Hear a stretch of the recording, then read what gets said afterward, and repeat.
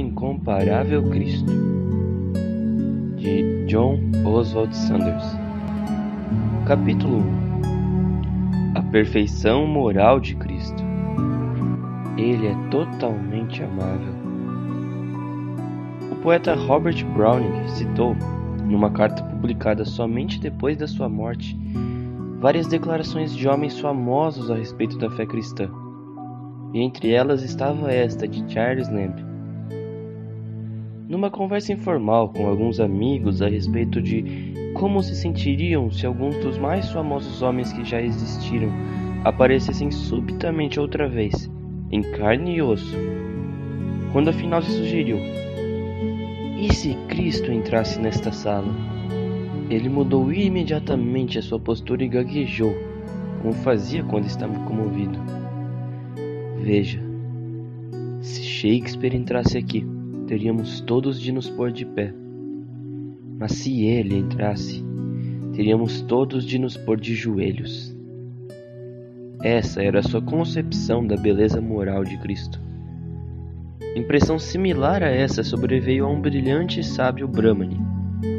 Perturbado com um crescente avanço da fé cristã entre o seu povo, ele decidiu fazer tudo ao seu alcance para detê-la. Seu plano era preparar um pequeno tratado para distribuí-lo entre o povo, destacando as fraquezas e as falhas de Cristo, assim expondo o erro de crer nele. Por 11 anos ele estudou diligentemente o Novo Testamento, procurando inconsistências no caráter e nos ensinos de Cristo. Ele não só não descobriu nenhuma, como também se convenceu de que aquele que procurava desacreditar era exatamente quem ele dizia ser, o Filho de Deus, e passou a confessar corajosamente a sua fé em Cristo. A perfeição moral de Cristo impressiona profundamente aquele que lê com atenção os evangelhos. Os evangelistas apresentam um retrato de um homem real, que mostra perfeição em cada estágio do desenvolvimento, em cada circunstância da vida. E o mais extraordinário é que ele não se confina em algum mosteiro isolado, mas se mistura livre e naturalmente com os homens imperfeitos da sua própria época. Envolveu-se tão profundamente com a vida comum do povo que a sua disposição de considerar iguais todas as pessoas lhe rendeu as mais amargas críticas dos fariseus hipócritas. Contudo, em certo sentido ele era tão normal que muitos dos seus contemporâneos o viam meramente como o filho do carpinteiro, um simples e desprezível nazareno. Com os olhos cegados pelo pecado e pela obstinação, eles não viam nele nenhuma beleza para que o desejassem. Isaías capítulo 53, versículo 2. A sua grandeza moral e a sua glória divina passaram despercebidas a todos, exceto para aqueles cujos olhos tinham sido iluminados pelo amor e pela fé. As multidões se desapontaram com a completa ausência de pompa e exibição. A simetria de caráter. O caráter de Nosso Senhor era maravilhosamente balanceado, sem nenhum excesso nem deficiência alguma. A sua excelência é reconhecida não apenas por cristãos, mas também por judeus e outros de diversas crenças. Seu caráter sobressai perfeitamente intacto, sem defeitos, tão simétrico em todas as suas partes que sua força e grandeza se tornam imediatamente óbvias até mesmo ao observador distraído. Tem-se afirmado que no caráter de Jesus não havia pontos fortes que se destacassem, pelo simples fato de que não havia pontos fracos. Pontos fortes necessariamente pressupõem pontos fracos, mas não há como atribuir fraquezas a ele. Nos melhores homens há inconsistências óbvias e desigualdades, e uma vez que os corpos mais altos projetam as sombras mais longas, quanto maior o homem, mais evidentes se tornam os seus defeitos. Com Cristo isso foi completamente diferente. Não havia nele nem falha nem contradição. virtude facilmente degenera em vício.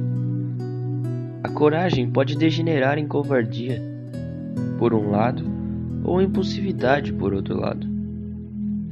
A pureza pode decair ou em afetação ou em impureza.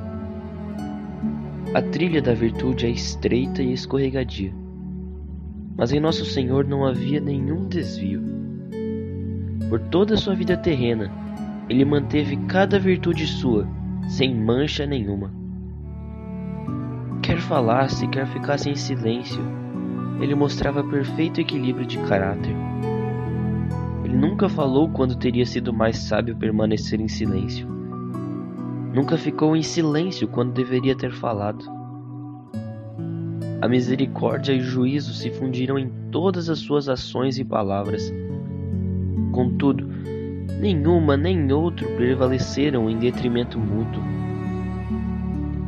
A verdade exata e o amor infinito adornaram uma e outro em sua encantadora personalidade, pois ele sempre falou a verdade em amor. As suas severas acusações contra a Jerusalém apóstata foram entremeadas por seus soluços. Mateus capítulo 23, versículo 37. Coerente com seu próprio conselho, ele manifestou a prudência da serpente e a simplicidade da pomba. Sua tremenda força interior jamais degenerou em mera obstinação. Ele dominou a difícil arte de expressar simpatia sem transgredir princípios. As virtudes de ambos os sexos uniram-se nele. Mas embora possuísse todas as mais nobres graças femininas, jamais poderíamos considerá-lo efeminado. Na verdade, o pensamento do povo associava-o com o rude Elias e com o austero João Batista. Mateus capítulo 16, versículo 14. Há contraste, mas não contradição, entre a sua delicadeza e gentileza no trato com o povo que merecia tal tratamento e as causticantes denúncias vertidas contra os hipócritas e exploradores. Outra característica distintiva é que o caráter de Nosso Senhor era completo em si mesmo. Ele entrou nesta vida com nada mais do que uma desapaixonada simplicidade de natureza. Contudo, era um caráter completo e finalizado, com inteira maturidade moral. A maioria dos homens se destaca por uma evidente virtude ou graça. Moisés destacou-se por sua mansidão, Jó pela paciência, João pelo amor. Mas em Jesus você encontra tudo. Ele é sempre consistente em si mesmo. Nenhum ato nem palavra alguma contradizem o que aconteceu anteriormente. O caráter de Cristo é um só, e o mesmo o tempo todo. Ele não se aperfeiçoa, não desbasta extravagâncias, não recua de alguma excentricidade. Seu equilíbrio jamais se perturba, nem é reajustado. A singularidade de caráter. A singularidade de Cristo se demonstra mais claramente nas coisas que todos os outros grandes mestres humanos fizeram, mas que ele não fez. Ele nunca precisou modificar nem desdizer nenhuma palavra falada, porque jamais falou de forma imprudente, nem cometeu o pecado do exagero. Nenhuma meia-verdade ou informação errônea jamais cruzaram os seus lábios. Aquele que era a verdade falou toda a verdade, e em ocasião nenhuma surgiu a necessidade de modificar ou retratar aquilo que tinha proferido. Ele jamais pediu desculpas por alguma palavra ou ação suas. Contudo, não é verdade que a habilidade de desculpar-se é um dos elementos da verdadeira grandeza? É o homem da alma apequenada que não se detém para desculpar-se. Mas Cristo nunca fez nada e nunca disse nada que requeresse um pedido de desculpas de sua parte. Ele jamais confessou algum pecado seu. Os homens mais santos de todas as épocas têm sido os mais prontos a confessar seus fracassos e falhas. Leia, por exemplo, o diário de Andrew A. Bonar, o santo escocês. Mas não se ouve dos lábios de Jesus nenhuma admissão de falha quanto a viver de acordo com os mais altos padrões divinos. Pelo contrário, ele incitou a mais atenta investigação e o mais detalhado exame da sua vida, tanto por seus amigos como pelos seus inimigos. Quem de vós me convence de pecado? Foi o seu desafio. João, capítulo 8, versículo 46. A sua vida era um livro aberto. Nada do que ele fazia era feito em segredo. Ele pronunciava suas críticas de cima dos telhados, por assim dizer. Nenhuma outra vida poderia sobreviver às virulentas críticas dos seus inimigos. Mas ele emergiu com a reputação sem mancha nenhuma. Por ser esse o caso, ele jamais pediu perdão por coisa alguma que tivesse feito. Em nenhum lugar se encontra a indicação de que ele tinha sentido alguma vez remorso ou tenha mostrado algum medo de castigo futuro. Ele exortou os seus discípulos a orar: perdoa-nos as nossas dívidas. Mas ele mesmo jamais pronunciou essas palavras com referência a si mesmo, porque não tinha dívidas, nem morais, nem espirituais. Ele jamais procurou conselho, nem mesmo do homem mais sábio da sua época.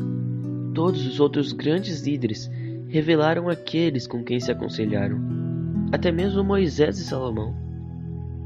Nas raras ocasiões em que amigos bem-intencionados tentaram aconselhar a Jesus, ele o recusou. Como, por exemplo, quando sua mãe o alertou que havia acabado o vinho na festa de casamento. João, capítulo 2, versículo 4 ao 5. Ele não se esforçava para esclarecer nenhum comportamento seu que pudesse ser mal compreendido. Como, por exemplo, quando ele dorme na popa do barco no meio de uma furiosa tormenta, aparentemente indiferente ao medo dos seus companheiros. Jesus não ofereceu nenhuma explicação, não propôs nenhuma justificação para o que fazia. A sua demora em atender ao apelo insistente das duas irmãs quando Lázaro estava doente também deu lugar a um mal-entendido. Nós nos veríamos incapazes de deixar de explicar e justificar nossa aparente negligência. Mas ele estava disposto a deixar que o correr do tempo e a revelação do plano de seu pai justificasse as suas ações enigmáticas. João, capítulo 11, versículos 3, 6, 21, 32 e 37. Finalmente, ele jamais solicitou nem permitiu oração por si mesmo. É verdade, ele pediu que seus 3 discípulos mais íntimos vigiassem junto com ele, mas não que orassem por ele. A oração deles devia ser por si mesmos, para que não entrassem em tentação. Mateus capítulo 26, versículo 36 ao 46. Combinação de características. Tem havido homens que viveram 2 vidas, uma aberta ao escrutínio de todos, a outra escondida dos seus semelhantes. Jesus possuía 2 naturezas em si mesmo, manifestas e demonstradas simultaneamente. Certas qualidades que raramente coexistem na mesma pessoa se combinaram nele sem nenhuma desarmonia. Uma estranha mistura de dependência e independência podia se observar na vida do Senhor. Embora consciente de que tinha a seu dispor todos os recursos, tanto humanos quanto divinos, ele desejava o consolo da companhia e da simpatia humana. Ele exibia sublime independência do louvor ou da censura da multidão. Contudo, apreciava calorosamente o companheirismo do seu círculo íntimo de amigos. Alegria e seriedade misturavam-se nele com perfeita naturalidade. As ternas palavras do seu discurso de despedida são pronunciadas com inexprimível, triste alegria. Ele era homem de dores e que sabe o que é padecer. Contudo, era aquele que foi ungido com o óleo de alegria, como a nenhum dos teus companheiros. Embora não haja nenhum registro de Nosso Senhor rindo, ele nos deixa a impressão oposta da melancolia ou da austeridade. Otto Borchardt afirma que, na vida de Jesus, não houve espaço para gracejos e brincadeiras, devido à enormidade da tensão causada pelo pecado do mundo. Ele pergunta: será que ele em algum momento gargalhou? Com toda certeza, se ele foi ungido por Deus com o óleo de alegria, como a nenhum dos seus companheiros, certamente deve ter havido lugar para uma santa gargalhada. É inconcebível que ele constantemente manifestasse as suas aflições, por mais penetrantes que fossem. Os evangelhos são unânimes em apresentar um homem cativante, radiante e irresistivelmente encantador. Talvez a mais espantosa dessas misturas de qualidades foi a de sua majestade e humildade. Embora sempre manso e humilde, de vez em quando a sua divina majestade resplandecia através do véu da sua humanidade, como quando foi preso no Getsemane, ao dizer aos soldados: "Sou eu", e eles recuaram e caíram por terra. A manifestação simultânea de ambas as qualidades se vê quando ele lava os pés dos discípulos. A total humildade de Cristo se acentua pelo fato de que ele, em plena consciência de que o Pai tudo confiara às suas mãos, e que ele viera de Deus e voltava para Deus, tomou uma toalha e lavou os pés sujos dos seus discípulos. João capítulo 3, versículo 3 ao 5.